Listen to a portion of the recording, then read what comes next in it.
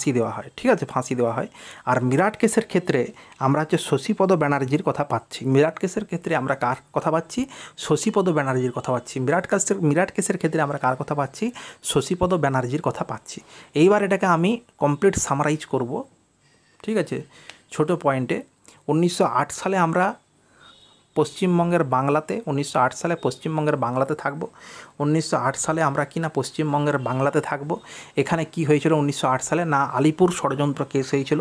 এই আলিপুর ষড়যন্ত্র কেসের সঙ্গে যুক্ত ছিলেন, এখানে আমরা দেখতে পাচ্ছি কি, অরবিন্দ ঘোষ এবং ক্ষুদিরাম বসু, এছাড়াও আরও অনেকে যুক্ত ছিল। মোটামুটি 48 জন মতন যুক্ত ছিল, এখানে মাত্র 4 জনের ছবি দেওয়া হয়েছে, ঠিক আছে।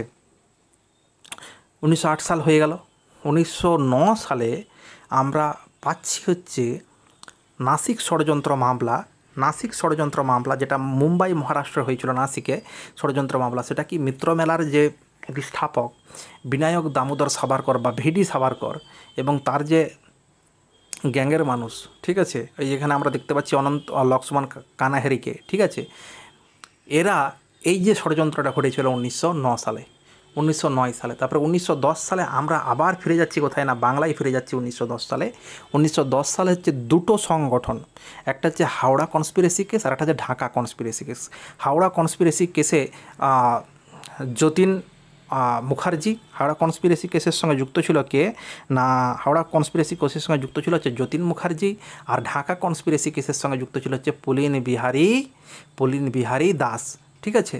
তাহলে আমরা 1908 পেলাম, 1909 পেলাম মহারাষ্ট্রে, 1910 পেলাম আবার বাংলাতে, ঠিক আছে। এইবার 1912 সাল যেটা, সেটা আমরা চলে যাচ্ছি কোথায়? দিল্লিতে। এটা হচ্ছে দিল্লি লাহোর ষড়যন্ত্র মামলা। এটা কোথায়? না দিল্লি লাহোর ষড়যন্ত্র মামলা। এই দিল্লি লাহোর ষড়যন্ত্র মামলার ক্ষেত্রে আমি কি বললাম? দিল্লি লাহোর ষড়যন্ত্র মামলায় যুক্ত ছিলেন, এই যে বড় করে আমরা ছবিটা দেখতে পাচ্ছি, ইনি কে? ইনি হচ্ছে রাসবিহারী বোস। এই রাসবিহারী বোসের সঙ্গে যুক্ত ছিলেন হচ্ছে কে? বসন্ত বিশ্বাস। তারা দিল্লি লাহোর ষড়যন্ত্র করেছিলেন, দিল্লি লাহোর ষড়যন্ত্রটা ঘটিয়েছিলেন তারা। এই কেসের পর কি হলো? না রাসবিহারী বোস বিদেশে চলে গেলেন এবং ইন্ডিয়ান ন্যাশনাল আর্মি তৈরি করলেন সেখানের মাটিতে, মানে সিঙ্গাপুরের মাটিতে, ঠিক আছে। সেখানে তৈরি হলো, সেটা একটা আলাদা কাহিনী। তাহলে এরপর আমরা চলে যাচ্ছি, এটা কত সালের ঘটনা ছিল? 1912 সালের ঘটনা ছিল। এর 3 বছর পর, অর্থাৎ 1915 সালে, এর 3 বছর পর অর্থাৎ 1915 সালে আমরা যে ঘটনা পাচ্ছি, 1915 সালে আমরা কি পাচ্ছি? না ঘটনা পাচ্ছি সেটা হচ্ছে দিল্লি মামলা আর হচ্ছে বেনারস মামলা। সেটা হচ্ছে দিল্লি মামলা এবং বেনারস মামলা। এই যেখানে দিল্লিতে আমরা এখানে কি করে রেখেছি? একটা গোল করে রেখেছি। এইখানটায় আমরা পাচ্ছি কি? দিল্লি মামলা আর হচ্ছে বেনারস মামলা। দিল্লি মামলা আমরা কি পাচ্ছি? দিল্লি কনস্পিরেসি এখানে কে ঘটিয়েছিল? দিল্লি কনস্পিরেসি এখানে ঘটিয়েছিল 3 জন। এখানে 3 জন কি না, বিহারে চাঁদ উঠেছে এবং বল খেলা চলছে। বিহারে বি থেকে কি হলো? অবধ বিহার। এবং চাঁদ থেকে কি হলো? তো আমির চাঁদ। এবং তুই যে বল খেলাতে যে বালমুকুন্দ, ঠিক আছে। এই 3 জন মিলে 1915 সালে দিল্লি ষড়যন্ত্র মামলা করেছিল।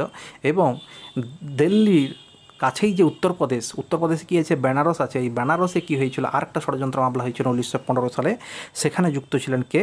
এই বেনারস ষড়যন্ত্র মামলাতে যুক্ত ছিলেন কে? না বেনারস ষড়যন্ত্র মামলাতে যুক্ত ছিলেন HR-এর একজন সদস্য। তিনি আর কেউ নন, তিনি হচ্ছে যতীন দাস। তাহলে ভুল বলছি, যতীন দাস বলছি। তিনি হচ্ছে কে? তিনি হচ্ছে শচীন্দ্রনাথ সান্যাল। তিনি হচ্ছে কে? না শচীন্দ্রনাথ সান্যাল। তাহলে কি, উত্তরপ্রদেশের একটা জায়গা আছে বেনারস, এই 1915 সালেই সেই বেনারসে যে ষড়যন্ত্র মামলাটা হয়েছিল সেখানে কে যুক্ত ছিল? না সেখানে যুক্ত ছিল হচ্ছে আমাদের শচীন্দ্রনাথ সান্যাল যুক্ত ছিল, যিনি HR-এর হিন্দুস্তান রিপাবলিকান আর্মির কী ছিল? না একজন সদস্য ছিল। তারপর 1915 সালের 10 বছর পর 1925 সালে আমরা কি পাচ্ছি? না কাকরি ষড়যন্ত্র মামলা পাচ্ছি। 1925 সাল কাকরি ষড়যন্ত্র মামলা পাচ্ছি কি না 1925 সালে পাচ্ছি, একবারে 10 বছর পর। এই কাকরি ষড়যন্ত্র মামলা থেকে না, এটা একটা উত্তরপ্রদেশের একটা জায়গা আছে কাকরি, সেখানে কি হয়েছিল? না রেল চুরি হয়েছিল। রেল থেকে কী হয়েছিল? জিনিস চুরি হয়েছিল। সেখানে কারা কারা যুক্ত ছিল সেখানে আমরা দেখতে পাচ্ছি। কারা কারা যুক্ত ছিল? না যারা যুক্ত ছিল তাদের নাম কি? রামপ্রসাদ বিসমিল এবং হচ্ছে আশফাকুল্লাহ খান। এখানে আশফাকুল্লাহ খানের ছবি দেওয়া হয়েছে, ঠিক আছে। রামপ্রসাদ বিসমিল এবং আশফাকুল্লাহ খান কি না HR-এর সদস্য ছিলেন, এখানে আমরা দেখতে পাচ্ছি। হয়ে গেল। এইবার হচ্ছে আমাদের চলে গেলাম আমরা কত? 1929 সাল। 1929 সালে আবার কি না দুটো ঘটনা ঘটেছিল। একটা ঘটনা কি? লাহোর ষড়যন্ত্র মামলা, যেটা হচ্ছে কি না ভগৎ সিং ওরা ঘটিয়েছিলেন 1929 সালে। কেন না সাইমন কমিশনে